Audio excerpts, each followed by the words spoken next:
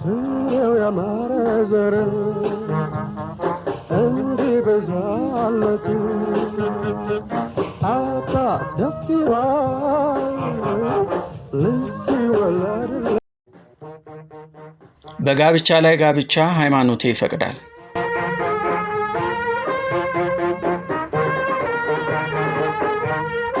ጥላሁን በወይዘሮ አስራት በተመሰረተበት በጋብቻ ላይ ጋብቻ የመፈጸም ጥፋት ተከሶ ፍርድ ቤት ቀረበ። የችሎቱ ዳኛ አቶ ጥላሁን ገሰሰ በጋብቻ ላይ ጋብቻ በመፈጸም ተከሰዋል። ጥፋተኛ ኖት አይደሉም ብሎ ሲጠይቁት ጥላሁን ጥፋተኛ አይደለሁም ሲል መለሰ። ወደ ክርክሩ ሲገባ ጥላሁን ራሱን ለመከላከል ያቀረበው መከራከሪያ ፈጽሞ ያልተጠበቀ ነበር። በጋብቻ ላይ ጋብቻ መፈጸሜን አልክድም፣ ነገር ግን ይህን ማድረግ በሃይማኖቴ የተፈቀደ ነው ነበር ያለው። ወይዘሮ አስራት ብቻ ሳትሆን ድፍን የኢትዮጵያ ሕዝብ ጥላሁን የክርስትና እምነት ተከታይ መሆኑን ነው የሚያውቀው። በዕለት ከዕለት ሕይወቱ መንፈሳዊ ባይሆንም ወይዘሮ አስራትን አግብቶ ሲኖር እንደ ክርስቲያን ነው የኖረው። ወይዘሮ አስራት ይህን ሀገር የሚያውቀው እውነት በችሎት ለማረጋገጥ ከበቂ በላይ ማስረጃዎችና ምስክሮች ማቅረብ ትችላለች። ጥላሁን በበኩሉ እርግጥ ነው ክርስቲያን ነበርኩ፣ ነገር ግን ወደ እናቴ ሃይማኖት ተመልሻለሁ። ትዳሬን ሳልፈታ ሁለተኛ ሚስት ያገባሁት እስላም ከሆንኩ በኋላ እንጂ በክርስትና ውስጥ ሳለሁ አይደለም። በእስልምና እስከ 4 ሚስት ማግባት የተፈቀደ ነው ሲል መለሰ። ጥላሁን ይህን መልስ ያዘጋጀው በአንድ በኩል በጋብቻ ላይ ጋብቻ በመፈጸም በጥፋተኝነት እንዳይፈረድበት፣ በሌላ በኩል ቢቻል አስራትን ሳይፈታ ከፈሪያልም ሳይለያይ ባለ 2 ሚስት የመሆን መብቱን ለማስከበር በመሻት ይመስላል። የጥላሁን ጠበቃ ጥላሁን ሙስሊም መሆኑንና ሃይማኖቱ በጋብቻ ላይ ጋብቻ መፈጸም እንደሚፈቅድ የሚያረጋግጥ የሰውና የሰነድ ማስረጃዎች በማቅረብ ተከራከረ። አንደኛው የሰው ምስክር የሃይማኖት አባት ሲሆኑ ጥላሁን እስልምናን መቀበሉን እንደሚያውቁ መሰከሩ። ሁለተኛው ምስክር የሸሪዓ ፍርድ ቤት ቃዲ ወይም ዳኛ ሲሆኑ በጋብቻ ላይ ጋብቻ መፈጸም በቁርአን የተፈቀደ ነው ብለው አንቀጽ ጠቅሰው መሰከሩ። ጥላሁን ከወይዘሮ ፈሪያል አህመድ ጋር የጋብቻ ውል ወይም ኒካህ ያሰረበት የሰነድ ማስረጃም ቀረበ። የፍርድ ቤቱ ክርክር የተወሳሰበና ሂደቱ በጣም ረጅም ጊዜ የወሰደ ነበር።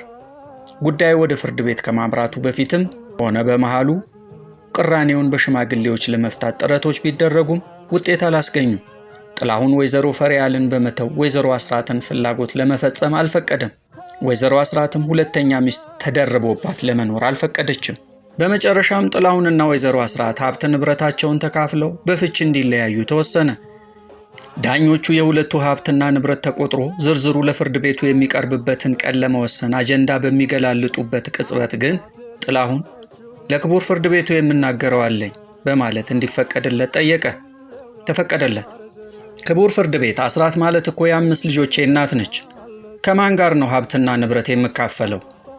እኔ ከልጆቼና ከእናታቸው ቆጥሬ የምካፈለው ምንም ንብረት የለም። ቁምሳጥን ውስጥ ካሉ ልብሶቼ በቀር ቤቱም መኪናውም ሌላውም በዚያ ቤት ያለ ንብረት በሙሉ የአስራትና የልጆቼ ነው። ስለዚህ ንብረት ቆጠራው አያስፈልግም። ቀለብን በተመለከተም ፍርድ ቤቱ አቅሜን አይቶ የሚወስነውን ለመፈጸም ፈቃደኛ ነኝ። የጥላሁን ንግግር በወቅቱ ዳኞችን ያስገረመና ያስደሰተም ነበር። ዳኞቹ የጥላሁን ውሳኔ ስራ ያቀለለላቸው ከመሆኑም በላይ ከሞራል አኳያ በመመዘን ላቅ ያለ ግምት ሰጥተውታል።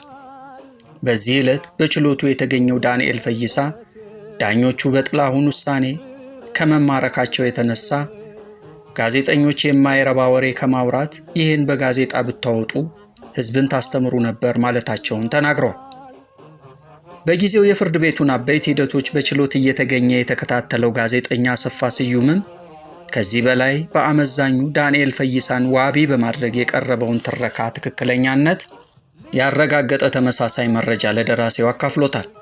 የጥላሁንና የወይዘሮ አስራት የትዳር ሕይወት በዚህ መልኩ ቢያበቃም ወዲያው ሰማንያቸው አልተቀደደም። ከጥቂት ዓመታት በኋላ ግን ሰማንያቸው እንዲቀደድ የሚያስገድድ ሁኔታ ተፈጠረ።